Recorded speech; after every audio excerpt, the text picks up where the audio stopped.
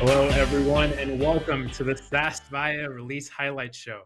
My name is Tiago de Souza, and today we're going to be digging deep on what's new with SAS Viya for version 2022.10.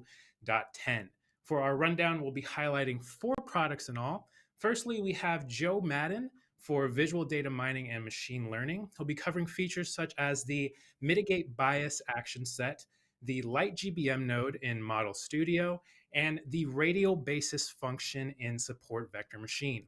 Secondly, we have Sophia Rowland covering what's new for Model Manager, mainly a CI/CD pipeline in Workflow Manager.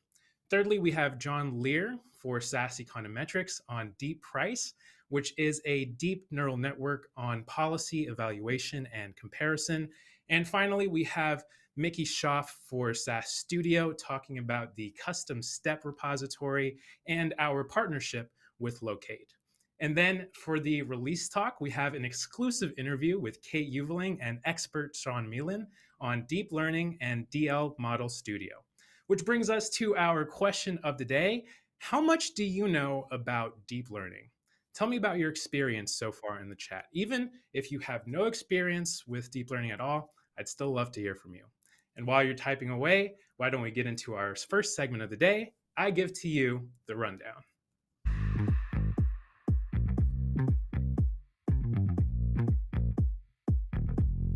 Hello, I'm Joe Madden, an analytics product manager, and I have a bunch of exciting new updates to share about the October release of SAS Visual Data Mining and Machine Learning version 2022.10.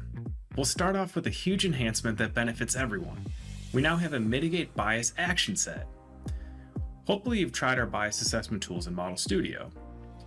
This is more of a proactive tool within your responsibility AI toolbox. So how does the Mitigate Bias ActionSet work?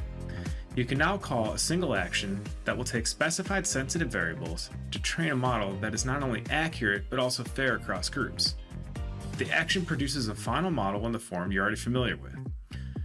And you also receive a table that indicates the trade-off made between accuracy and fairness, allowing you to see the history of how it started and how the assessment of the final model ended. Although this is programmatic for now, we are working to bring this all into Model Studio.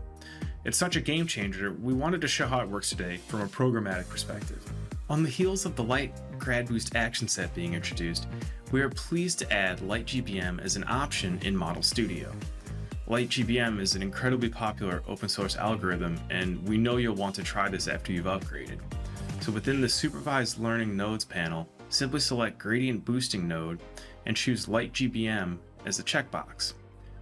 By default, gradient boosted decision trees are selected. You can also select from Dart or gradient-based one-side sampling.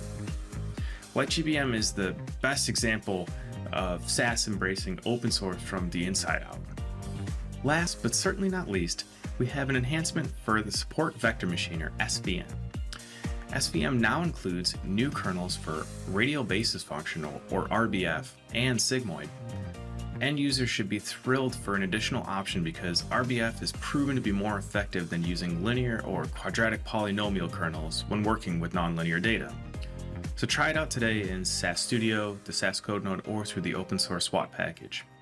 Hello everyone, my name is Sophia Rowland, and I'm here to talk about what's new on SAS Model Manager on Viya 2022.10. As seen at SAS Explore and in our recent webinar on best practices for adopting containers within your MLOps process, we have released our CI/CD promotion template to our Model Manager Resources GitHub page. This example template walks through validating and promoting a containerized deployment of a model or decision to testing and production environments. After initial configuration of the template and environments, the container can move through the CI/CD process with just a few button clicks. This template was built using SAS Workflow Manager to kick off promotion of a champion model, as we see here, but also using tools on Azure and open technologies like Jenkins. The end result of this work is a ready-to-use deployment of a containerized model or decision, ready to take on your production workloads and scoring. Creating a CI/CD process around model containerization has never been easier. Hi everyone, John here. Today I'm excited to introduce a new feature available in SAS Econometrics version 2022.10, DeepPrice. The DeepPrice procedure estimates the average causal effect and performs policy evaluation and policy comparison by using deep neural networks with a continuous treatment variable. DeepPrice expands on the deep causal procedure, which requires a binary treatment variable. To illustrate these capabilities, let's work through an example. Here we have a dataset from the Microsoft research project ALICE. The dataset has 10,000 simulated observations that represent users' personal characteristics and online behavior, such as user age, income, account age, previous purchases, and previous online activity. The treatment variable price is the relative price that the consumer was exposed to during the discount season. A value of 1 indicates that no discount is given. A value less than 1 indicates that a discount is applied. The outcome variable demand is the number of songs that the customer purchased during the discount season. In this example, we will show how DeepPrice can 1. Estimate the average partial effect of price on demand, 2.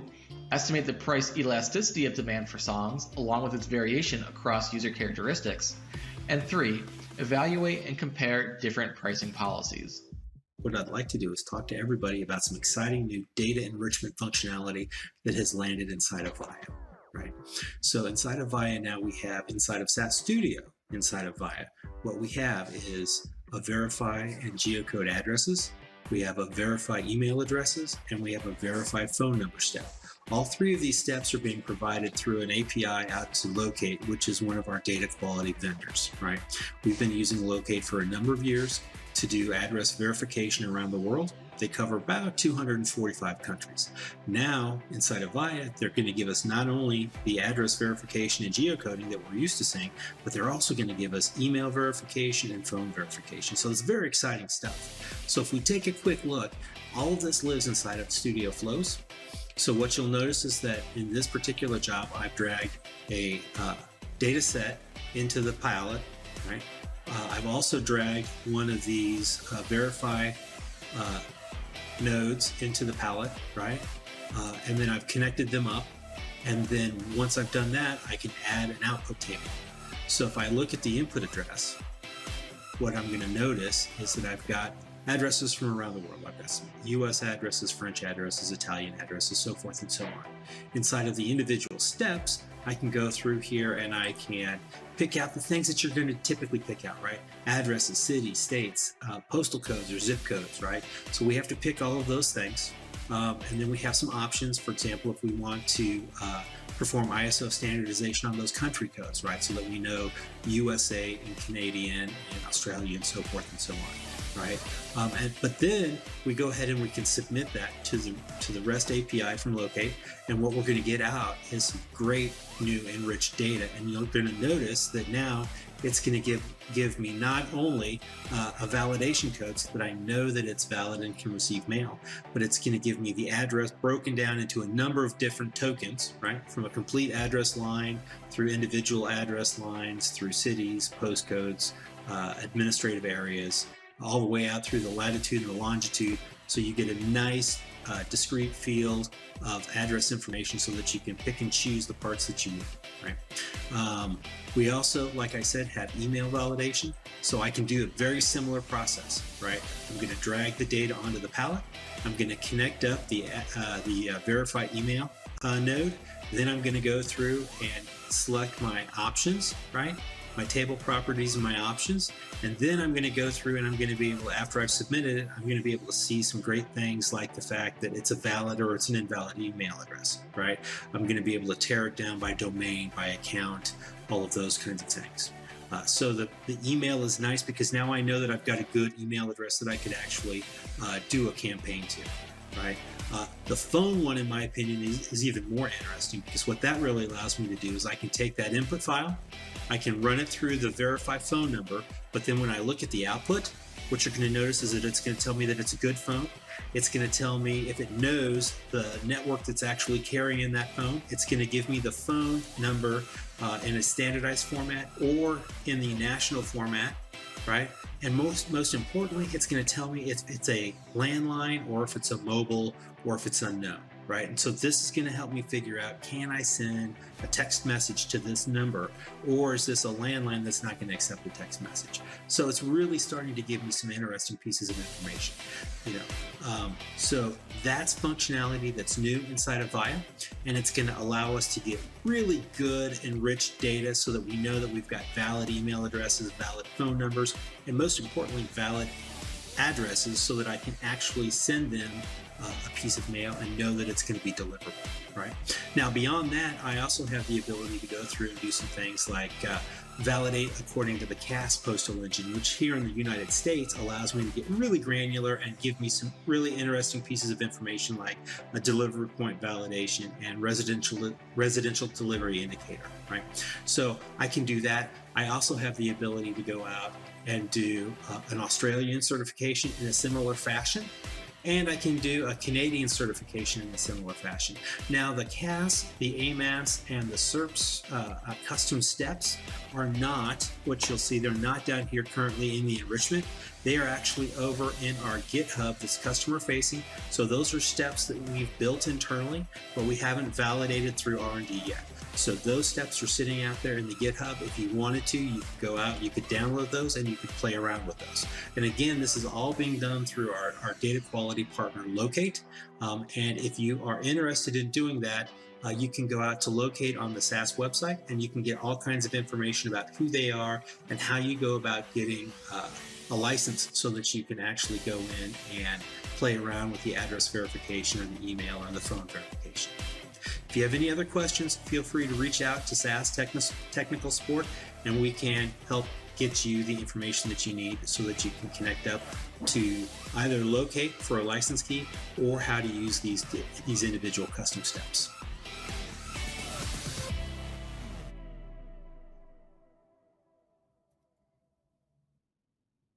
As you can see, there are always new features to talk about, and today we highlighted 4 products.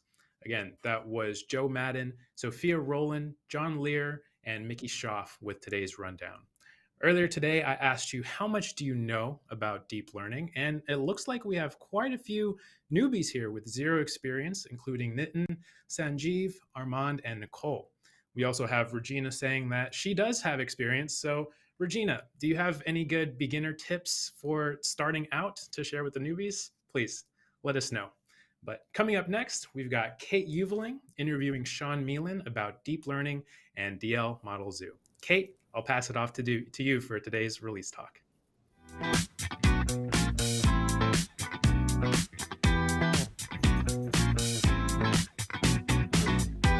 Thank you so much, Tiago. Today I am joined with the brilliant Sean Meelan.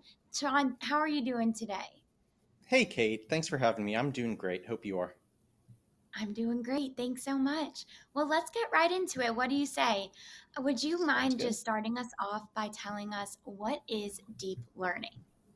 Sure. So deep learning is a branch of machine learning that uses deep neural networks. And that's not that helpful, right? So what is a deep neural network? So a neural network is a type of model that uses layers. And so when you add enough of these layers, it becomes deep. And so as your data travels through these layers, the model learns different things and analyzes your data in different ways and comes out with the answer that you're hopefully looking for. So unfortunately, one of the biggest disadvantages of deep learning is that we don't always know what's happening in each layer. We can make some educated guesses, and it's an ongoing research area to understand what the model is learning. But in general, we treat it like a black box. So you feed it data and you get results from it. And I think that's a pretty good overview of what that looks like. I think that's a great overview, and the layer analogy is super helpful. So what are common ways to use deep learning?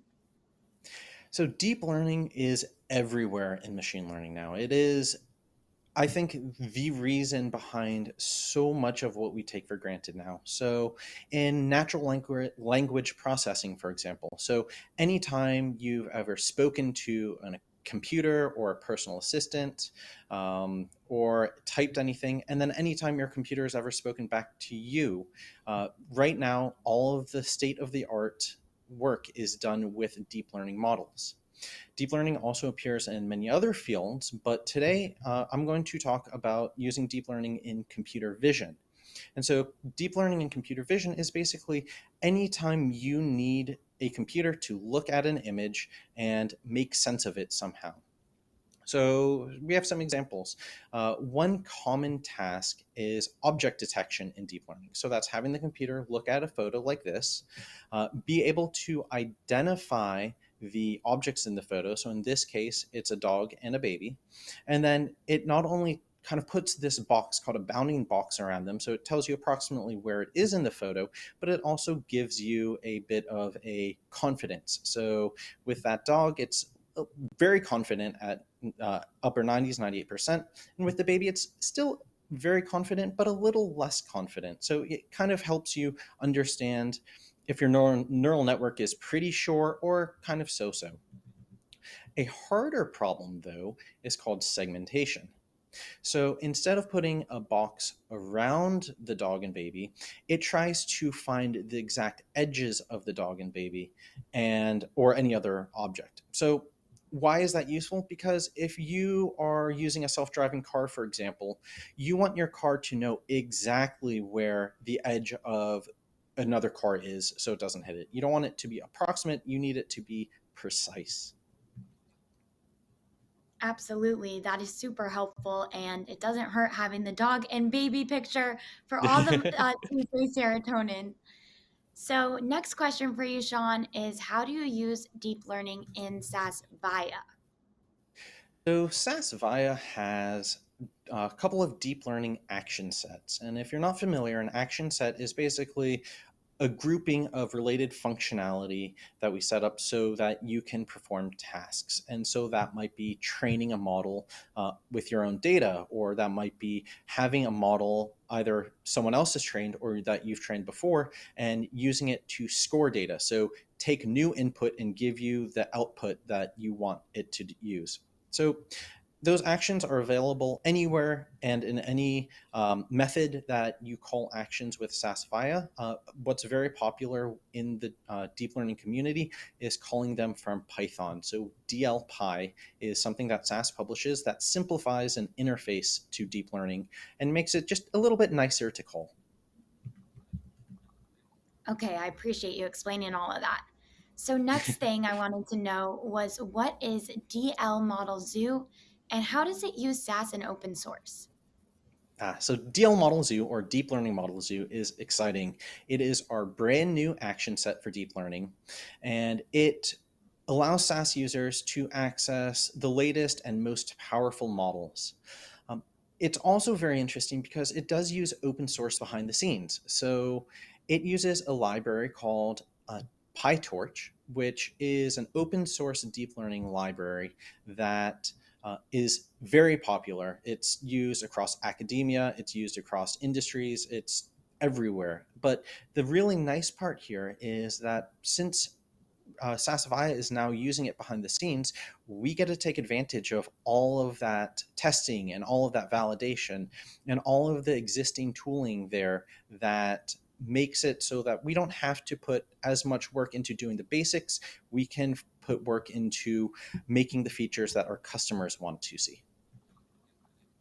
Perfect. So, you just mentioned this new action set. How is it innovative or different for SAS? And then, how does it benefit our SAS users? So I think that it's one of the leading action sets that is embracing open source and embracing using open source on the Viya platform. So Viya, as you know, is cloud native, meaning that it can span across hardware. And so deep learning as kind of a field is pretty accessible in terms of getting started. So people can use these open source tools, and there are literally hundreds of tools out there with deep learning. And you can get started early, but it's hard to scale up. So if you are tinkering in your office, that's one thing. But if you're a giant organization that has tons and tons of data and tons of images, then it gets complicated because you have all of these pieces that you need to fit together. So I think of it as a bit of Lego. So everyone has some experience with Lego or building blocks, right? So you have a tower. So SAS can give you this tower and it's pre-built, it's ready to go. All the technology fits together, it's great. Or you can get a collection of open source tools. So an individual Lego pieces and a giant kit. And yes, you can build them to put them together how you want, but you have to make sure they work together nicely. You have to make sure that the output from one tool fits the input of another tool. And you have to make sure that you keep on top of security. And you have to make sure that everything scales and uses all of your hardware to its fullest potential. SAS Viya will take care of all of that for you. So it will take care of all of the hard part and leave you focused on solving your problem with deep learning rather than becoming an expert in the mechanics of deep learning. Okay, great. Appreciate it, Sean. So great reference. I love the Lego reference. I'm a new user and you mentioned hundreds of tools or all these different Lego starter kits. How would you recommend to get started with deep learning and machine learning? Deep learning and machine learning are great on SAS Viya because we have examples, we have documentation, we have everything that you need if you're an expert moving to the platform or if you're brand new. I think one of the best resources is to look at the SAS communities pages and some of the posts up there because, so for example, deep learning or DLModel Zoo, so the new action set has a post that goes into more depth of what we've spoken about here, but it also has links to the documentation, which tells you how everything works, how to call everything, and has some very nice end-to-end tutorials that our doc writers have put together that really walk you through each stage of the training and scoring process so you don't have to wonder how it all fits together. All right, everyone, you heard it here first. Go on over to our SAS communities page and check out the documentation and tutorials. And Sean, thank you so much for your time today. Thank you. This has been great. All right, let's pass it back over to Tiago. Thanks, Kate. That was great. That was so much fun. I loved it, the dog, the baby, and the Lego reference, the analogy. It's perfect. Like Sean and Kate were saying, be sure to check out those resources if you want to learn more. Nowadays, it's never been easier to get started with deep learning yourself. Now, sadly, we have reached the end of our show, but don't worry, next month we'll be right back at it with more guests and more highlights. If you're watching this on YouTube, why not give us a like, subscribe to the SAS Users YouTube channel, and click that bell so you get notified for new videos and when we go live for our next show, which is 4 weeks from today on Tuesday, December 13th. But until then, I've been your host, Tiago de Souza. Keep on digging deep until you find diamonds, and we will see you next month.